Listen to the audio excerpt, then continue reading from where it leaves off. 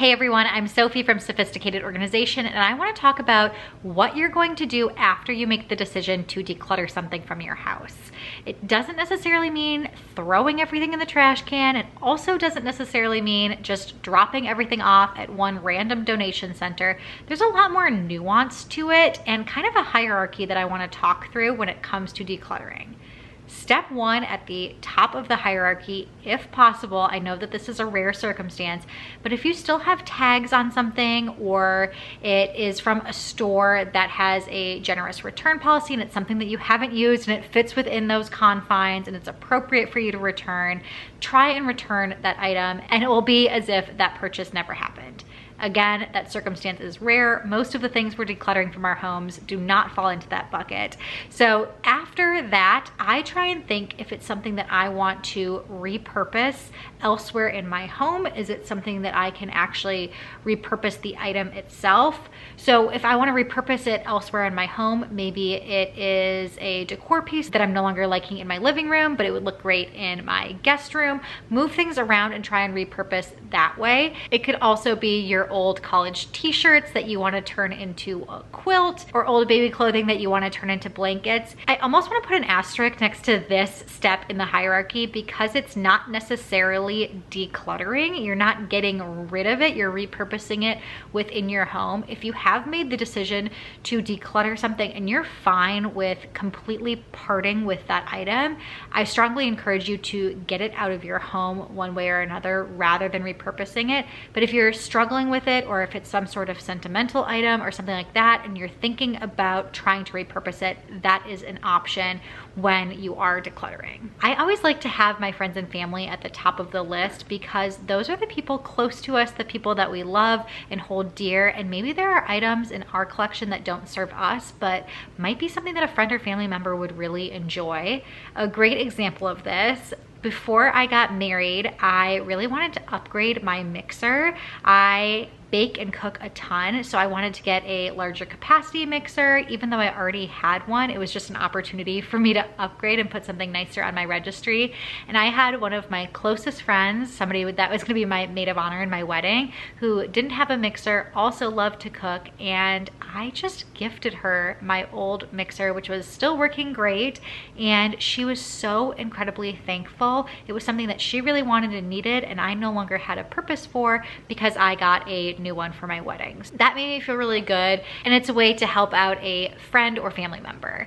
You can also consider hosting a clothing swap. I'm gonna link in the description box an article from Martha Stewart, I think, where she talks about all the details of how to host a clothing swap and how they work. I went to one when I was in college and actually then hosted one myself with all of my figure skating friends. If you didn't know, I was a figure skater, and I did one with figure skating dresses and other apparel after I did one with some of my other friends, where we all brought a limited number of items that we wanted to declutter from our collections.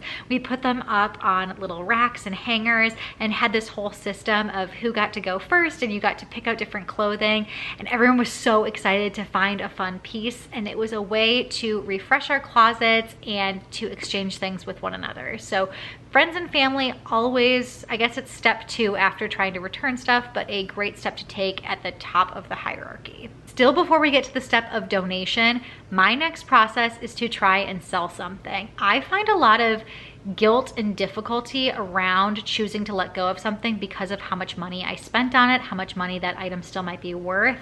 And yes, selling items is an extra step. It takes time, but there can be a lot of value if you're really selective about what items you choose to sell. And that is a really key step depending on which route you want to go. So there are three routes I would say when it comes to selling. The first one is your traditional yard sale or garage sale. With those options, you can be a little bit less selective because you can throw basically everything out in your garage, on your lawn, and just cross your fingers and see how things sell. well. It might take a little bit of extra setup if you're gonna put some price stickers on things and set everything up nicely on tables. Try and staff it with either yourself or family members. So it's not as if it takes no effort to have a garage or yard sale, but it is probably lowest on the 3 different levels that I'm gonna talk about. Another similar option is to go to local shops. And it depends on what type of item you're trying to declutter as to what type of shop you should go to, whether it's a pawn shop or a consignment clothing store. You're gonna have to find something that accepts the items that you're looking to declutter. So Google searching is gonna be your best friend here. But regardless of what type of item you are trying to get rid of, there are 2 camps within local shops and 2 models that most stores follow. The first one is cash up front. So they will take your item on the spot and pay you cash right then and there. They tend to pay typically a little bit less than the other model because they are taking your item, holding it as inventory, and they don't know if it's gonna sell or not. So they could pay you out for your item that you've decluttered from your home, and then it sits in their shop, never sells, and they are out the money. So they kind of factor that in when they're deciding how much to pay you for the item. These stores do tend to be pretty selective. I would encourage you to look at the store policies or store websites specifically as to what they accept. When it comes to clothing, a lot of times stores have different seasons. So if you're trying to sell during the summer, they probably won't accept winter jackets. Maybe there are certain brands or designers that they prefer to accept, or different things that work best for their store. So keep that in mind with that model, as well as the other model, which kind of does the reverse. They accept probably more of your clothing, but the payout can be bigger because they don't pay you unless your item sells. The split between you and the store is going to be different depending on where you go, but there will usually be a percentage split that they have, and you get paid out only if your clothing sells. A lot of times those places will have policies or paperwork that you fill out stating what you want to do if your items don't sell, if you want them to just directly donate it, or if you want to come back and pick up your items at the end of the consignment period or whatever term they have set to try and sell your items. I personally have had a fair amount of success using local shops and consignment stores, especially when it comes to clothing. I know pawn shops are a whole separate world that I haven't really gotten into, so I typically use local shops when it comes to clothing. I've also heard a lot of people have success with online reselling. That is a huge market right now with things like Poshmark and Mercari and ThreadUp. When it comes to clothing, there are different things like Facebook Marketplace. I have friends that have had great success on Facebook Marketplace, eBay, Craigslist, lots of those different websites. So explore around depending on what you're trying to sell and see if there's one that fits your needs a little bit better than another. I will caution you that some of these sites are difficult to understand and to learn. They have their own algorithms, just as social media has algorithms. So going and selling on these websites might not be as simple as it seems to you. I know it didn't seem simple to me, so I actually found a reseller. There are people that's their jobs. They take your clothing and list it on these websites and resell it for you online. You're gonna take an even smaller percentage because they're gonna have a consignment fee. They're gonna take a percentage of the sales, but sometimes time is money, and I know my time is precious and I don't have time to figure out how to use all of those different websites. I'd rather pass it off to somebody else, get a little bit of money for some of the things that I'm trying to declutter as opposed to zero, and have them take care of all of that work for me. So if you aren't interested in doing all of that research on how to use those different websites on your own, you can potentially try and find a reseller that will do it for you. After you've tried to maybe return items, repurpose them, give to friends and family, or sell things, if none of those pan out for you, that's when I move to donation. Donation opens up even more doors as to the possibilities of where your items can go. You can do a basic drop-off at a place like Goodwill or the Salvation Army or the Red Cross. If that's what you're interested in doing, make sure you always get a tax write-off form form if that's something that you want to take advantage of. They usually have those forms there if you ask for them. But when it comes to decluttering, again, I mentioned I have a lot of guilt with getting rid of items out of my house, things that I've spent money on, and something that makes me feel better about getting rid of things and not being so wasteful is finding specific causes that actually give back in some way. And let me tell you, there are so many incredible causes and organizations and nonprofits out there for basically anything and everything you could be getting rid of. So I actually have a few notes with me because I wanted to share some of my favorites with you. First, let's talk about some clothing. Dress for Success, you've probably heard of, maybe you've heard of. That's one of my favorites for professional or business casual clothing. It actually helps give business clothing to women in need so they can interview and get back on the right track with their careers. Brides Across America is one that takes wedding dresses for those in the military or military spouses. I Support the Girls is a great place to donate used bras. You might think it's strange to donate used bras, but they will accept them and give it to women who are coming from homelessness, domestic violence situations, foster care agencies. Room to Grow is a great organization that accepts baby and toddler clothing for kids that are in poverty situations. Project Glam takes donated bridesmaid and formal dresses to disadvantaged women so they can attend prom, which is so cool, such a great mission. Planet Aid is really interesting because they will take clothing that is ripped and torn and they actually help recycle it, so it helps protect the environment. So if there's something that you're feeling like might fall into the category of throwing away, check out Project Planet and see if it's something that's eligible to donate there. Beyond clothing, there are a few other specific organizations I wanted to mention.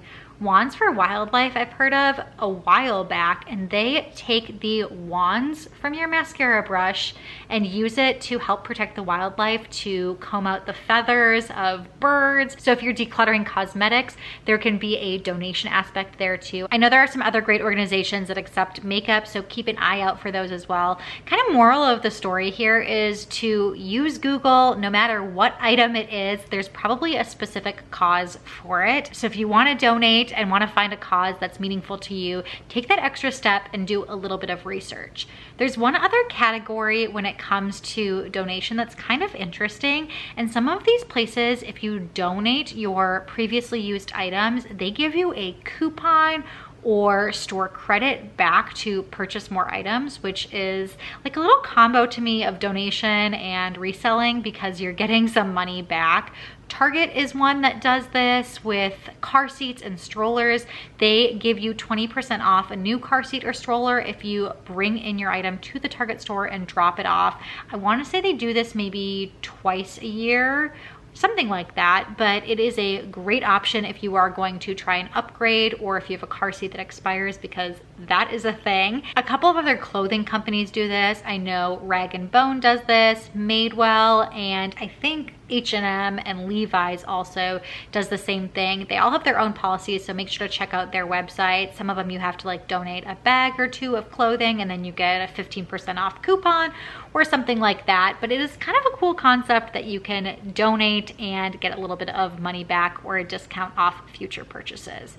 So now we've moved through all of those things, we've donated. If you've gone through all of the steps and you even go through donating and it's not a possibility for you to donate something, it is okay to throw things away. My suggestion is always to try and recycle something if possible as the first step. And then if you can't, the absolute bottom of this hierarchy is to throw it into the trash.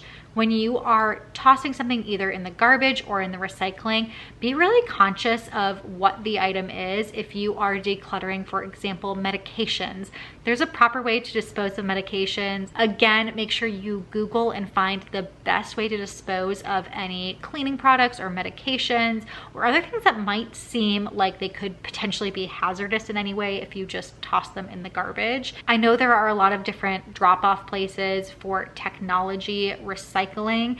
You can also try and contact the manufacturer of maybe small appliances that you have and see if they have some sort of recycling program that they offer themselves.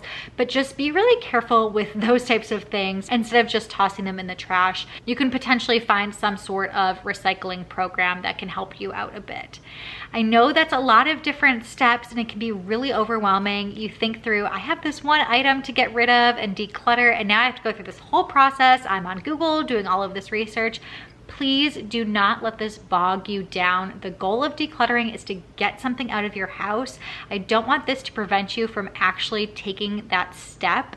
I simply want to talk about all of the different options you have with each and everything that you take out of your home. If it does help you in any way, like it helps me to feel a little bit better about getting rid of something.